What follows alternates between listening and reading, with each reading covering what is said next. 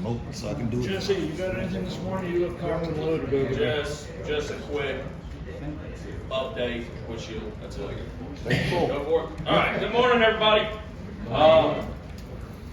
So last month was a challenging month for a few of us as part of Shield. A lot of different things happening last month, so we unfortunately needed to put some Shield projects, the progress of, to the side.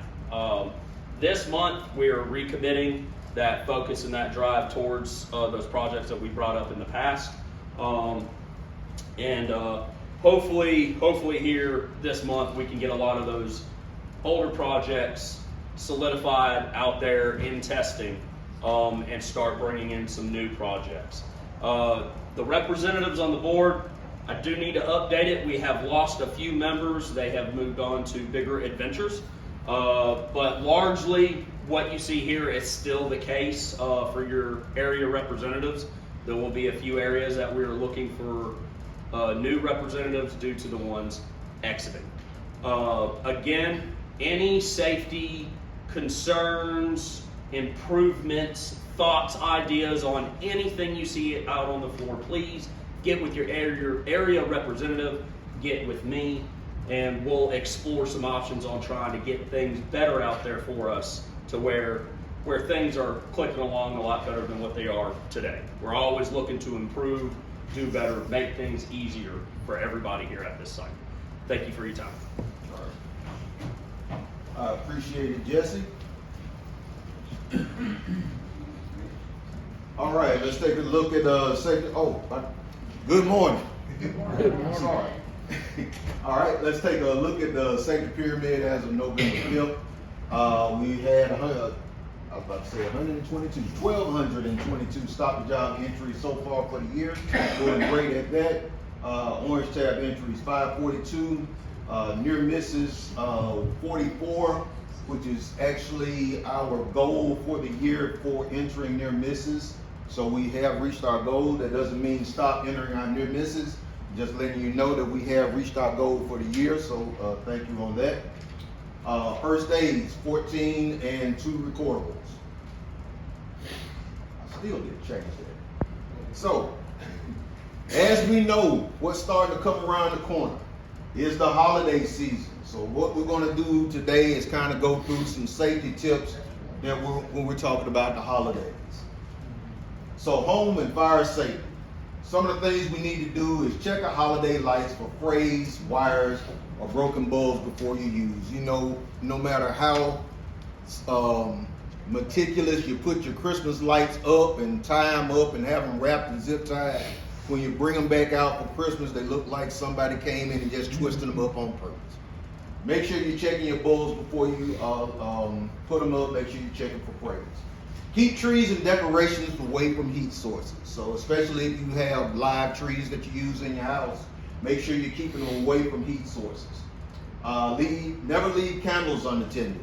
A lot of people like to have candles out for the holiday season. There are flameless alternatives that look just as nice, that don't cause the heat source. Next thing is turn off lights and decorations before leaving or going to bed.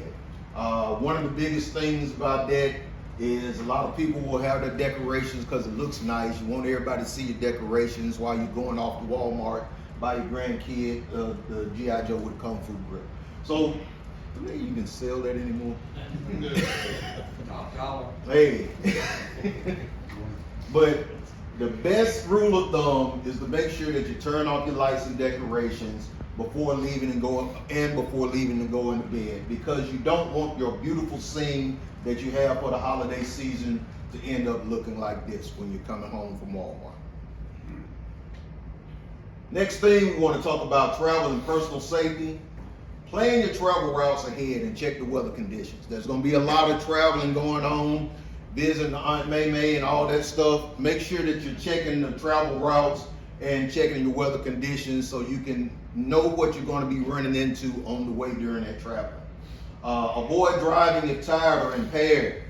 Designate a sober driver, because y'all know Uncle Bo Cephas is going to come with that cotton candy moonshine. You don't need to be driving after Uncle Bo Cephas is my uncle. His name ain't Bo Cephas, but that moonshine was good. Anyway, make sure you're taking rest breaks also. If you got a long way to drive, just keep your eyes open and watch out for the other people on the road, because it gets a little crazy around this time of year. Keep valuables out of sight when you're shopping or parking. Got a lot of shopping going on, buying your kids, your grandkids stuff or whatever. The main thing you want to do, especially you go to a mall like out here in Tanger, you get a few things, you want to throw it in the car and then go back and go finish shopping. Do that, put it in your trunk. If you don't have a trunk, put it in the cover. Don't have your purse just sitting out, because one of the main things that we all know raises up this time of year is theft. So don't give somebody a reason to want to break into your car. If they see it there, that's going to be more of an opportunity that they're going to bust your windows out and try and get your stuff out of there. If they don't see it, they're more likely to bypass it. It isn't 100%, but you got a better chance. Another thing you might not think about, but make sure that you're washing your hands frequently, and stay home if you're feeling sick.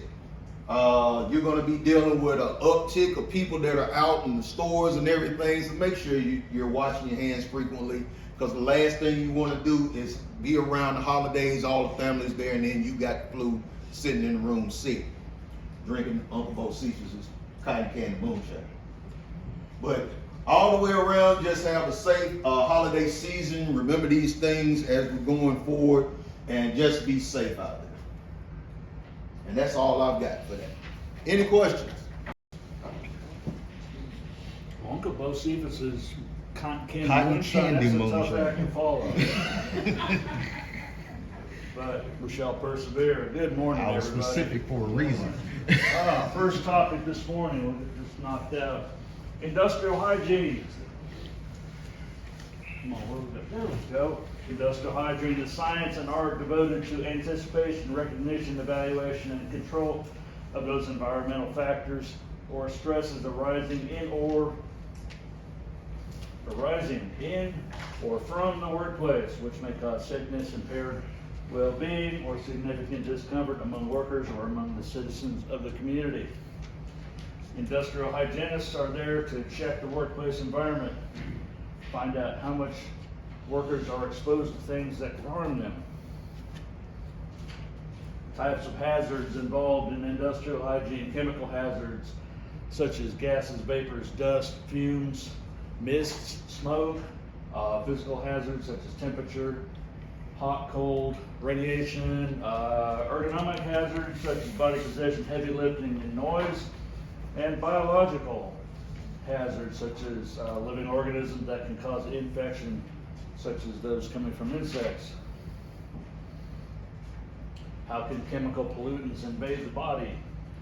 Inhalation, by far the easiest method for pollutants to enter our bodies. Absorption through the skin, hair follicles, etc. Ingestion through eating or drinking, and injection caused by lacerations, punctures, needles, any type of sharps. Industrial hygienist responsibilities: air sampling used to determine adequate respiratory protection for similar exposure groups. Noise dense. All right, here we go. Noise dosimetry used to determine which similar exposure group is in the hearing conservation program. They sample for total weighted average for personal noise exposure. And area noise assessments to determine hearing conservation areas where hearing protection is required. They measure with a sound level meter to determine area noise exposure and then create noise maps for each area. The sampling event: air sampling used to measure what is in the air the workers breathe and helps identify and control possible health hazards. Noise sampling: area noise monitoring used to measure sound pressure levels for an area, machinery, or overall noise of a task. This requires to be worn. We like to tell you it does not record anything you say, but Sure, we'll go with that.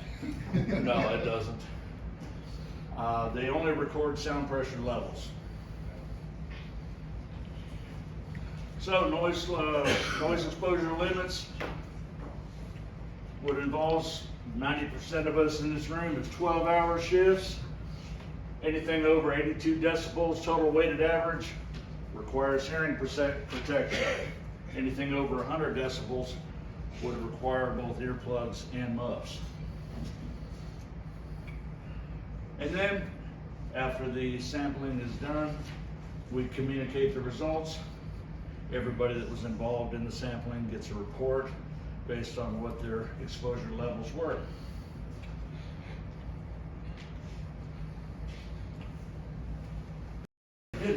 Oh yeah, I got it. All right, let's move on to spill response training.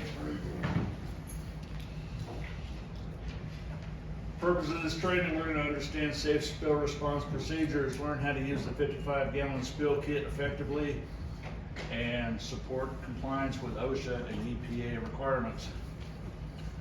Why spill preparedness matters. It protects employees and the environment. It reduces cleanup costs and downtime, maintains regulatory compliance, and supports a proactive safety culture. We just got these in. I'm going to work with maintenance this week and getting these distributed to you, Chris. You and I got to figure out where the first 4 are going to go. The 55-gallon HDPE drum with a lever lock lid, designed for medium industrial spills, absorption capacity of up to 41 gallons, and they are UN and DOT compliant. Kit contains absorbent pads, absorbent socks, absorbent pillows, nitrile gloves, safety goggles, disposal bags, emergency handbook. Sorbents are universal for oil, solvents, and water-based liquids. Under UV conditions, ultraviolet exposure, they have a lifespan of 6 to 9 months, but as long as they're in the barrel and not exposed, they have a lifespan of up to 5 years. The HDPE drum is chemical resistant. It's UN rated and helps meet 40 CFR 112.7 SPCC requirements. Steps of spill response. Assess the situation. Know what you're dealing with before you jump right in. Notify supervisor, spill team. Always make sure you got the correct PPE for the job. Before we do anything, any type of cleanup, we're going to make sure we stop the source of the leak. Contain the spill with the absorbent socks. Use absorbent pads, pillows as needed. Dispose of everything properly and report and restock. Always, just like fire extinguishers, if you use it, somebody's got to know it's been used so that we can replenish it. Disposal procedures. All the used absorbents go into disposal bags, seal and label per facility policy, and everything that you use goes right back in that yellow drum. We lock the lid, store it in the oil shed, and then follow our hazardous waste disposal guidelines, which means us as Ash call Safety Clean and they come pick it up. We inspect the spill kits monthly, replace missing or expired items. We check sorbents for ultraviolet degradation, and we store in a cool, dry, accessible location. Before cleaning up the spill, check the safety data sheet for the material that you're about to clean up so that you understand how it affects you from a health-wise, a flammability, a corrosiveness.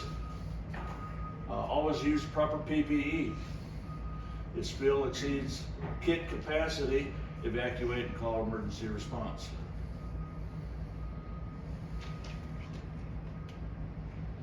We did it.